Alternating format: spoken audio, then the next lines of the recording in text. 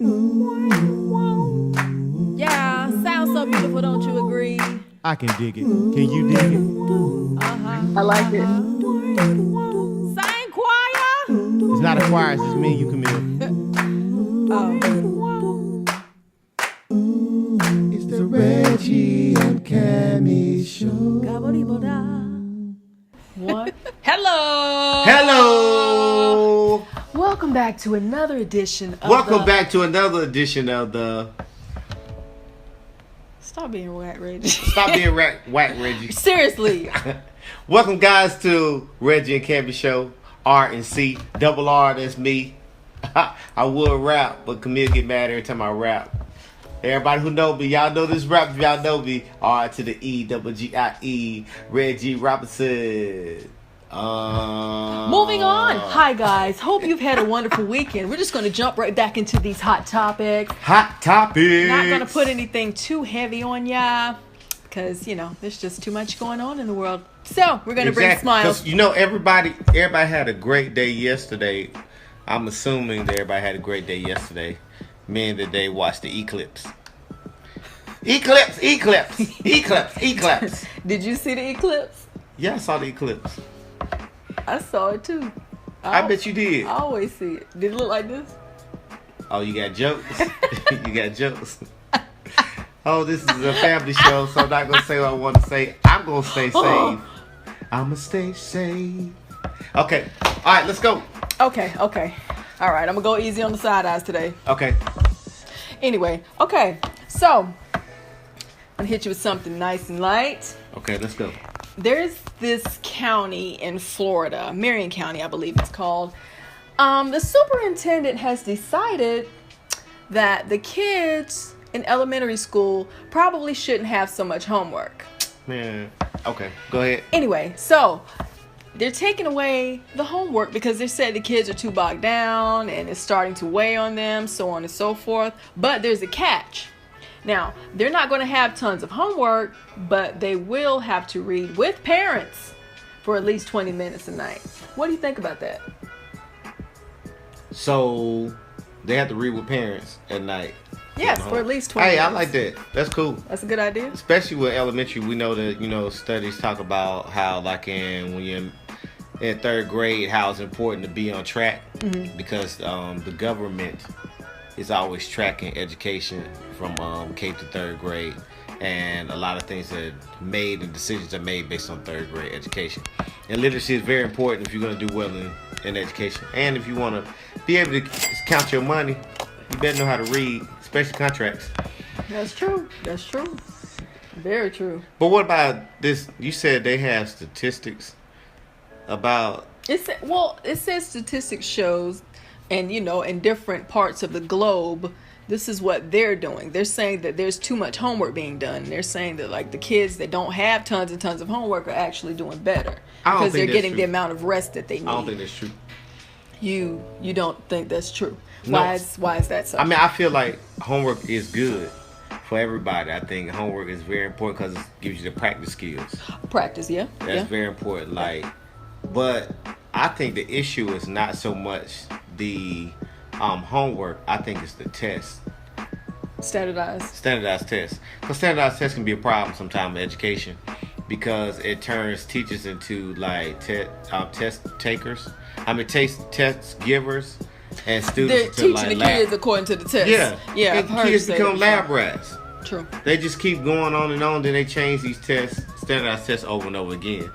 We know that basically, the more a kid learns and the more a teacher's able to teach, kids learn better. So I just feel like what I will say is that homework shouldn't be so extended that kids don't get a balance of life. True. Now, homework is important because it gives you practice skills, and you can, and then plus it makes kids understand where they are. That's good. All right. And plus, data is not always true.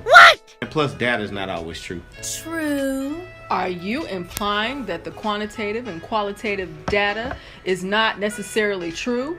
That Yes, it's I biased? am implying is that what it you're is saying? biased. Yes, I am implying that it is biased. It's not 100% accurate. Why not? Okay, when they did this test, did they ask you? Nope. You got a point. So how many Americans have they asked? That's a good question. So it's not accurate. That boy is good. Because you have to, in order to get real accurate facts, you have to ask everyone. Period. That's point blank. You got a point. You can't tell me You that got a point. every person, When they're every doing- male, you can't tell me that every male like fruit.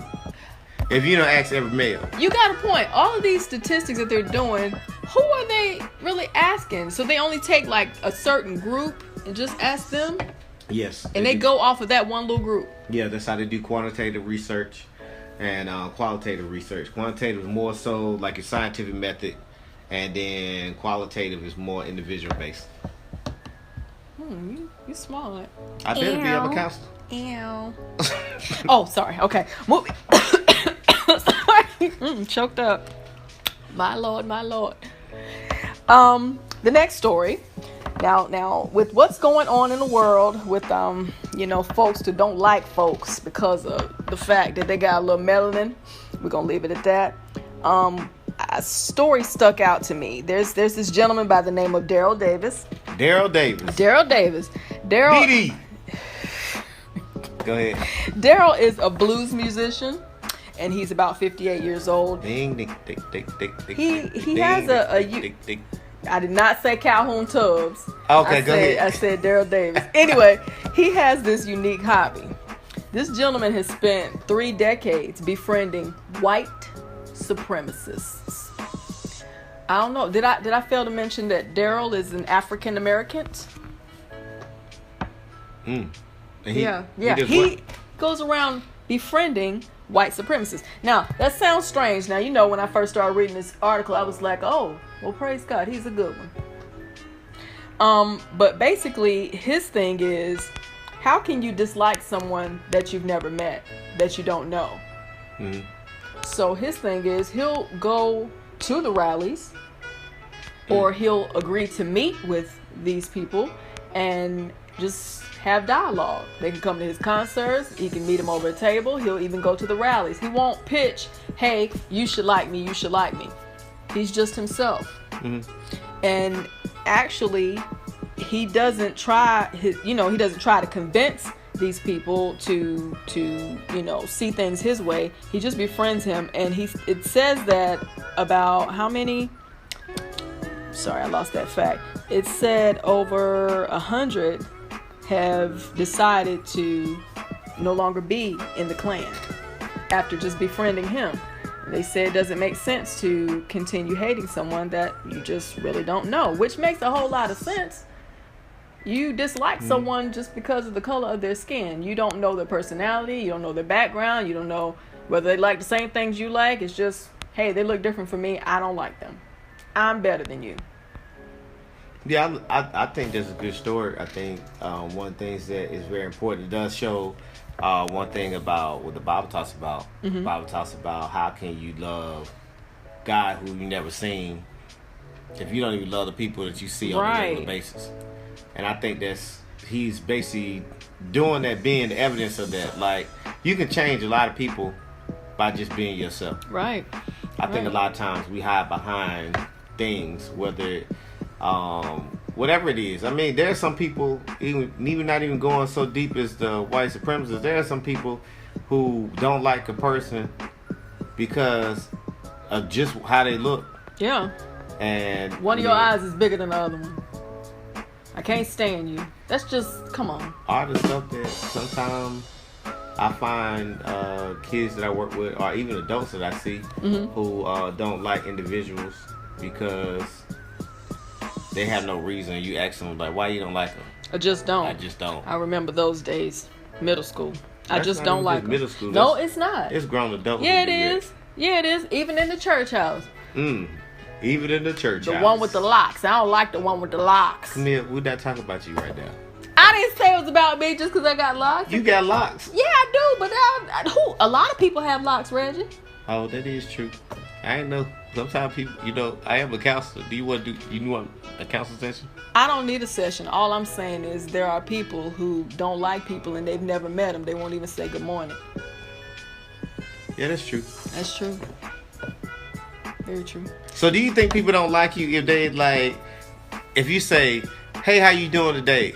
and they say, I'm blessed and highly favored, but they'll ask you how you doing. Honestly, I think some of those people are just super deep and extra. Just gonna be honest. I think some of those people are super deep and extra. I said, how are you doing?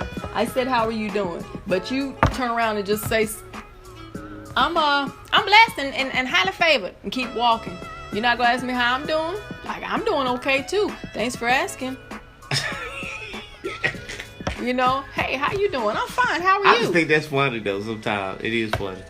It is. I think you it's know what I'm gonna do super next time extra. somebody do that to me? What you gonna do? I'm just gonna I'm let them walk away. I'm gonna run back to him, catch up with him, ask him again. How you doing? Hey! I dare you.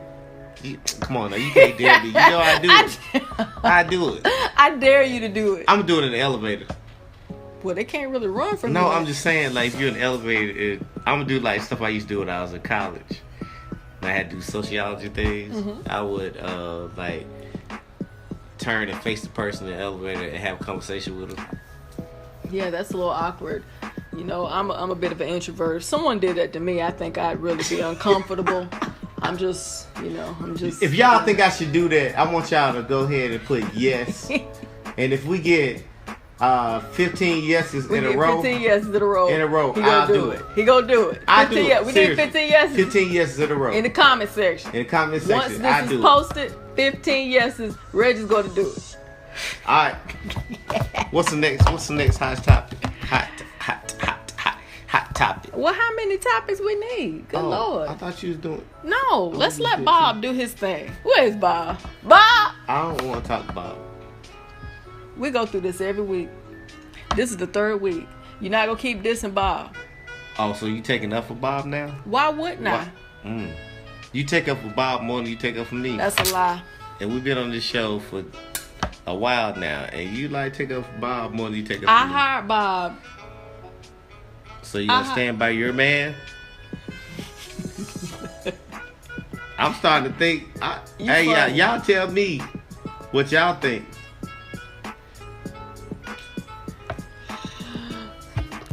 Bob. It better be good. Introducing RC Sports Network, own sports analyst, who highlights sports events across the globe with a twist. Bob Hakeem Ramirez.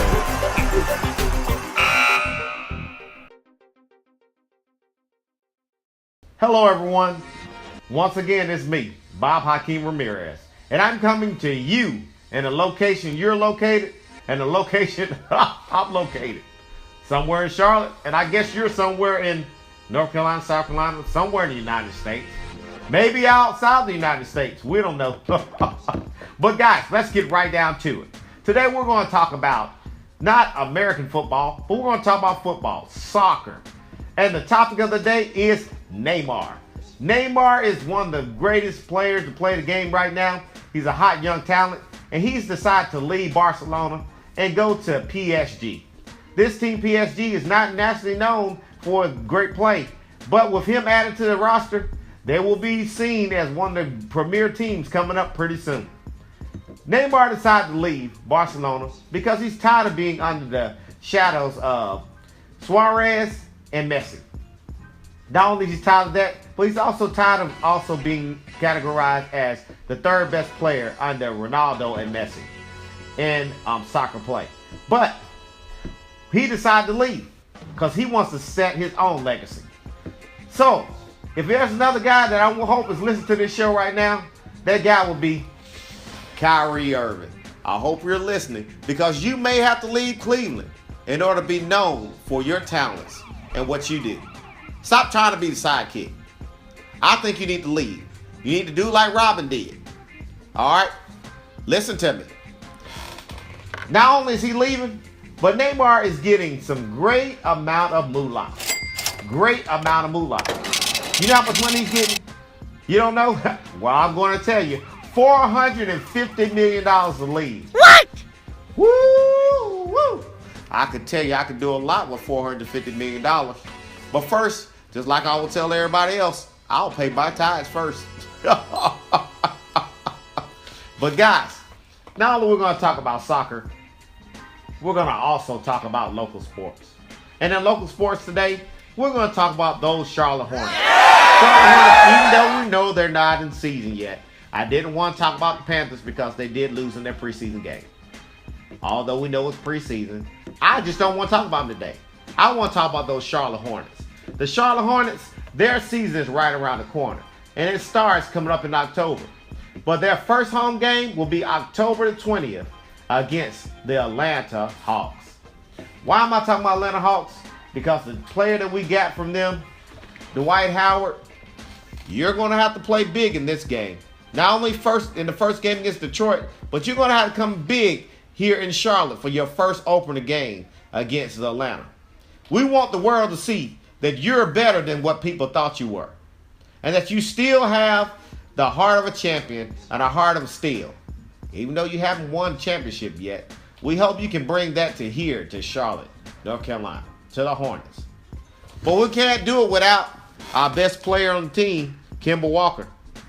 Kemba, we expect you to have a great season, and we thank you for all you're doing.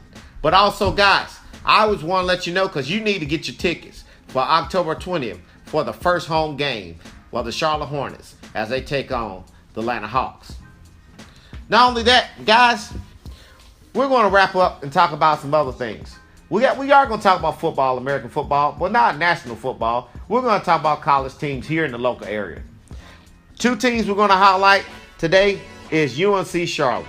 UNC Charlotte will open up this season on September 1st against Eastern Michigan.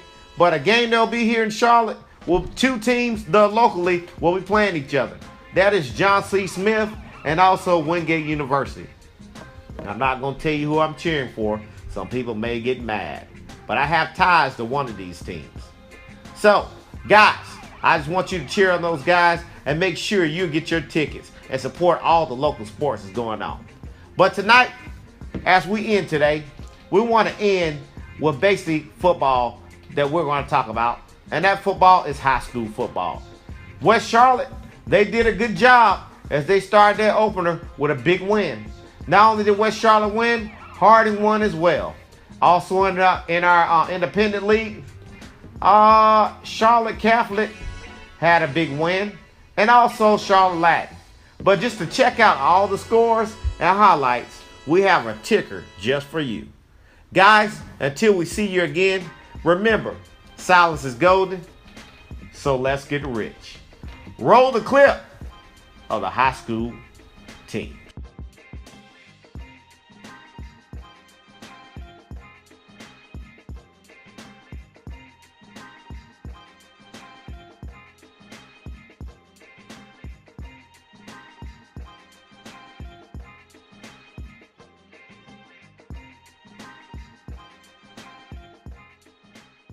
The Reggie and Cami Show.